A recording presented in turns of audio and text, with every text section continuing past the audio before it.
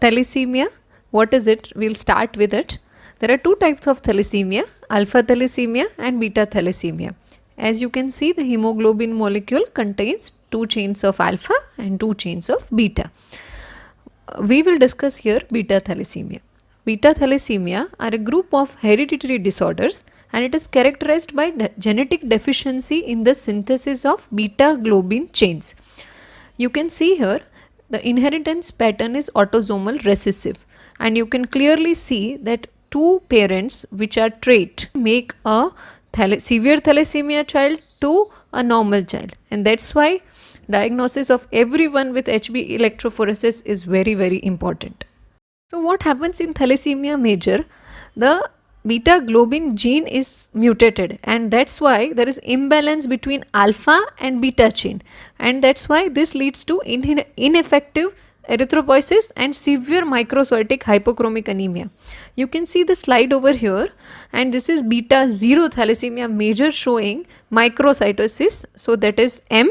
Anisopoikilocytosis, you can see the irregular shape of the RBC, and hypochromia is also prominent, and you can even see target cells here. Now, how does it present?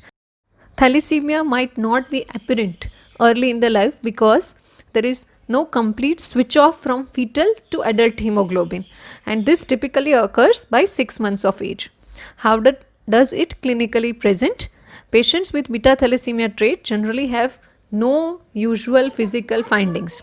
Now, whatever findings you will see are related to severe anemia, ineffective erythropoiesis, extramedullary hematopoiesis, and iron overload, which results from transfusion and increased iron absorption. Before we go ahead, we will see what is ineffective erythropoiesis.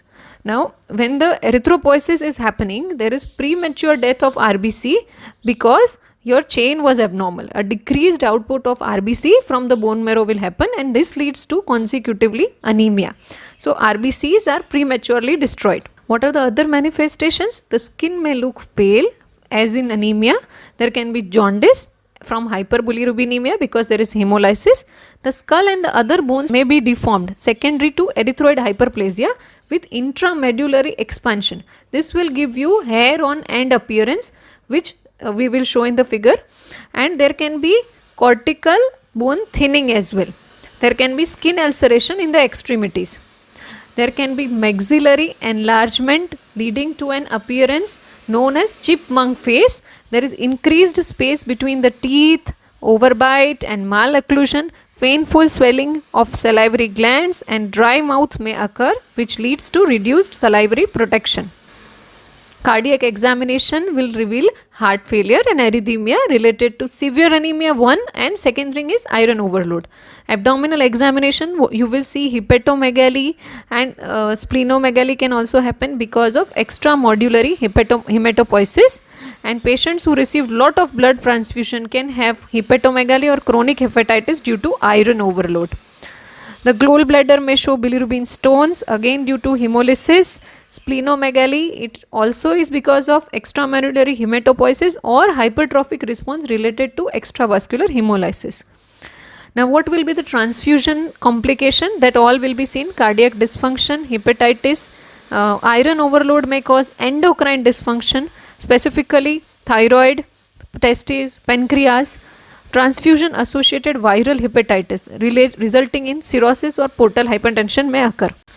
Differential diagnosis, you have to differentiate this thalassemia from iron deficiency anemia, anemia of chronic disease and renal failure, lead nephropathy, sideroblastic anemia and alpha thalassemia. All this will show you microcytic hypochromic anemia.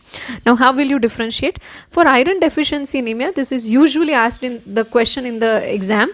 You have to see Mentzer's index. Now, what is Mentzer index? You have to see MCV in femtoliter, that is mean corpuscular volume, and you have to divide that by RBC. If the Mentzer index is less than 13, this suggests it is thalassemia trait, and it is more than 13, then it suggests iron deficiency. Other thing you can do is see the iron studies of the patient by seeing iron, transferrin and ferritin of the patient. Other workup which you can do for the patient of thalassemia is, first thing you will do is CBC. After that you can see Menzer index and everything in it. Then you have to see HB electrophoresis. Now HbA2 level is very very important. It is usually 4 to 6% in the patient with beta thalassemia trait. This will differentiate it from other anemia. You can see evidence of hemolysis. So how you see evidence of hemolysis? By hyperbilirubinemia, low haptoglobulin and elevated LDH. So sometimes it may rarely require bone marrow examination, where you want to diagnose something rare, and it might require iron studies to diagnose sideroblastic anemia. This is very important. Prenatal diagnosis through DNA analysis is possible. What they do is they amplify the DNA through PCR technique, and then they find out and match it with the already known mutations of thalassemia in the patient's DNA. You can do chorionic villi sampling at 8 to 10 weeks of age and amniocentesis in 14 to 20 weeks of age. So when we already have a patient of thalassemia, we ask the mother, if she becomes pregnant again, she has to go through the prenatal diagnosis. So treatment part, thalassemia minor doesn't require any treatment, but the thing which you have to tell them is this is hereditary condition, and if two thalassemia minor can marry, they can produce a thalassemia major. So that counseling is very important. And sometimes what happens, a mother is thalassemia trait, she has not been diagnosed throughout the life, and then when she becomes pregnant, there is also associated iron deficiency anemia, and then we come to know that, oh, she requires transfusional support right now because she is having thalassemia and iron decrease as well. Other therapy in thalassemia major will be long-term transfusion therapy. All you can do is giving them blood transfusion. Usually it happens every 21 days, then the transfusion requirement might increase to even 15 days. This may also require iron chelation because you are giving long-term transfusion and there is lot of iron overload, and that you have to do something about it. There might be requirement of splenectomy. I will explain you each and everything later on. Allogenic hematopoietic stem cell transplantation, hematopoietic transplantation is actually bone marrow transplantation is the treatment or curative measure, and there are other supportive measures also which I will explain, and there is trial therapy in the form of gene therapy going on. Now supportive measures will include what you have to give folic acid along with it, and monitoring of development of complications such as pulmonary hypertension, osteoporosis, bone fractures, poor dentition, heart failure and aplastic crisis with parvovirus. So all of this you have to monitor. These are the supportive things. Long-term transfusion therapy, what it does is you have to maintain hypertransfusion support you have to give, and you have to maintain HB at 9 to 10 gram per deciliter. This improves his or her sense of well-being while simultaneously suppressing enhanced erythropoiesis. So there, if you are doing regular transfusion, you will not see any problem in the patient. Most likely there is no chipmunk phase because the patient is taking regular transfusion.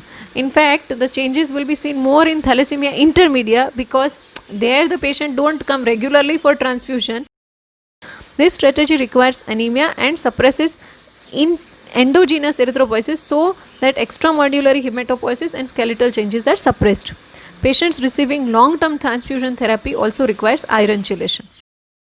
Therapy can be in the form of iron chelators. Each unit of transfused RBC contains around 200 milligram of elemental iron. So what are the names? Deferoxamine, it is intravenously administered. Deferiprone, it is orally administered. And Deferasirox, this is what we use. It is orally administered and it is approved for the treatment of chronic iron load due to multiple blood transfusion and non-transfusion dependent thalassemia.